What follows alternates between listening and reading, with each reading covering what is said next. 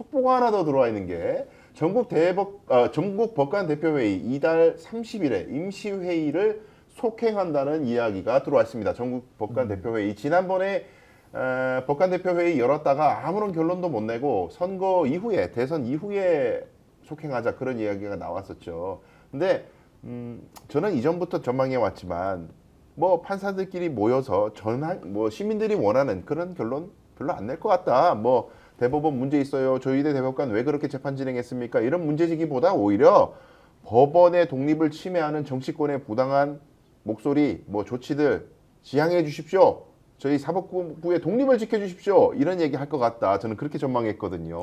어떻게 보십니까? 사법부의 독립을 우리가 왜 지키려고 하는 걸까요? 네.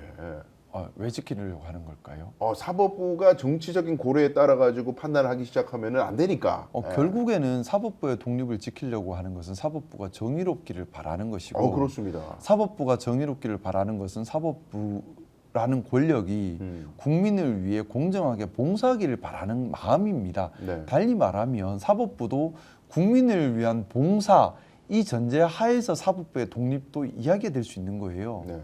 그런데 정의로움을 추구하지 못하고 또 국민을 위하는 권력 행사를 추구하지 못한다면 그게 아니라 사법부의 독립이 사법부에 있는 사람들의 기득권을 지키고 그들만의 철옹성을 만들기 위해서 독립을 지켜줘야 한다면 이거는 본래의 목적에서 벗어나 버린 거죠. 예. 자, 그러면 정의로움이란 무엇일까요?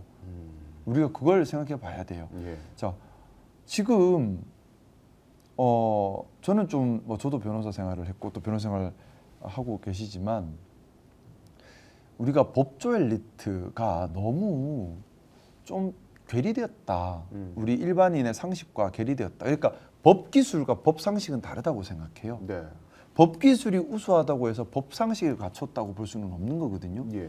근데 법 상식을 잘 지키는 것이 전 정의로운 것이라고 생각합니다. 이 법 상식이란 것이 뭐냐? 우리 국민 일반인들이 네. 받아들일 수 있는 논리적이고 합리적인 결론입니다. 그리고 우리 사회가 동의하고 합의한 원칙을 지켜가는 겁니다. 그게 저는 법 상식이라고 생각해요. 예. 근데 어느 순간부터 우리 사법 엘리트들이 법 기술에만 집중을 하고 법 상식에 대해서는 조금 도외시하는 것 같아요. 그리고 법 기술을 잘 다루는 사람이 유능하다. 저는 법 상식을 잘 갖춘 사람이 유능해야 한다고 생각하거든요. 네. 그게 정의로운 판결로 가는 거니까. 법 기술을 잘 갖춘 사람이 유능하다. 변호사는 그럴 수 있어요. 예. 하지만 판사님은 그러면 안 된다고 생각합니다. 그렇습니다. 자, 그러면 우리의 법 상식으로 놓고 봤을 때 네.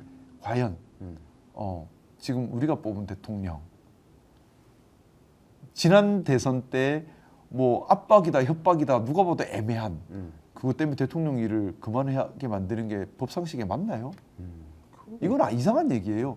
그리고 좀 이번 기회에 저는 사법부 개혁에 대한 논의도 좀 필요하다고 생각합니다. 특히 대법원에 대한 개혁이 필요해요. 네. 뭐냐면 대법관들이 소위 말하는 법기술 전문가들이 모여서 법기술에만 집중해 버린다면 네. 법 상식이 도외시되겠죠. 그렇겠죠. 그러면 1심, 2심 법원은 법기술에 집중할 수도 있어요. 하지만 최고법원인 대법원만큼은 법기술보다는 법상식에 집중해야 합니다. 우리 국민들이 생각하는 법상식이 무엇인지, 예. 정의가 무엇인지, 무엇이 헌법에 맞는 것이고 국민들을 위한 봉사하는 사법 권력인지를 고민해야 되거든요. 네.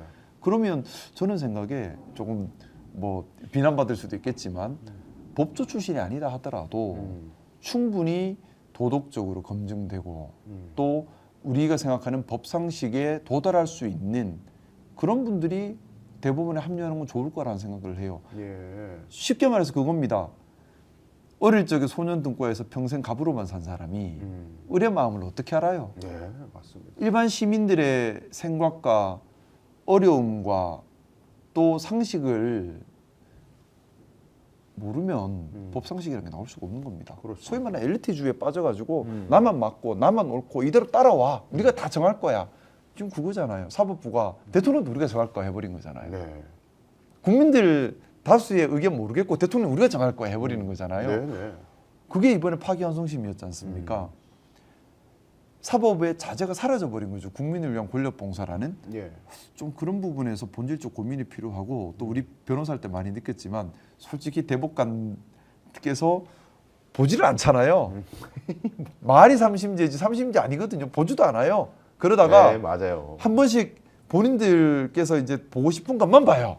그게 바로 이제 대법관 출신 변호사가 선임된 사건이라고 볼 수 있습니다. 제가 그러니까 보기에는. 이것도 예. 잘못된 불공정한 왜곡인 겁니다. 그렇습니다.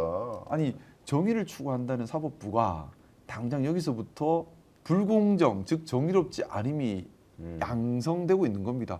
그럼 이걸 해결하려면 어떻게 해야 되느냐? 당연히 대법관 수가 늘어나야죠. 네. 그래서 국민들께서 실질적으로 3심제의 보호를 받을 수 있어야겠죠.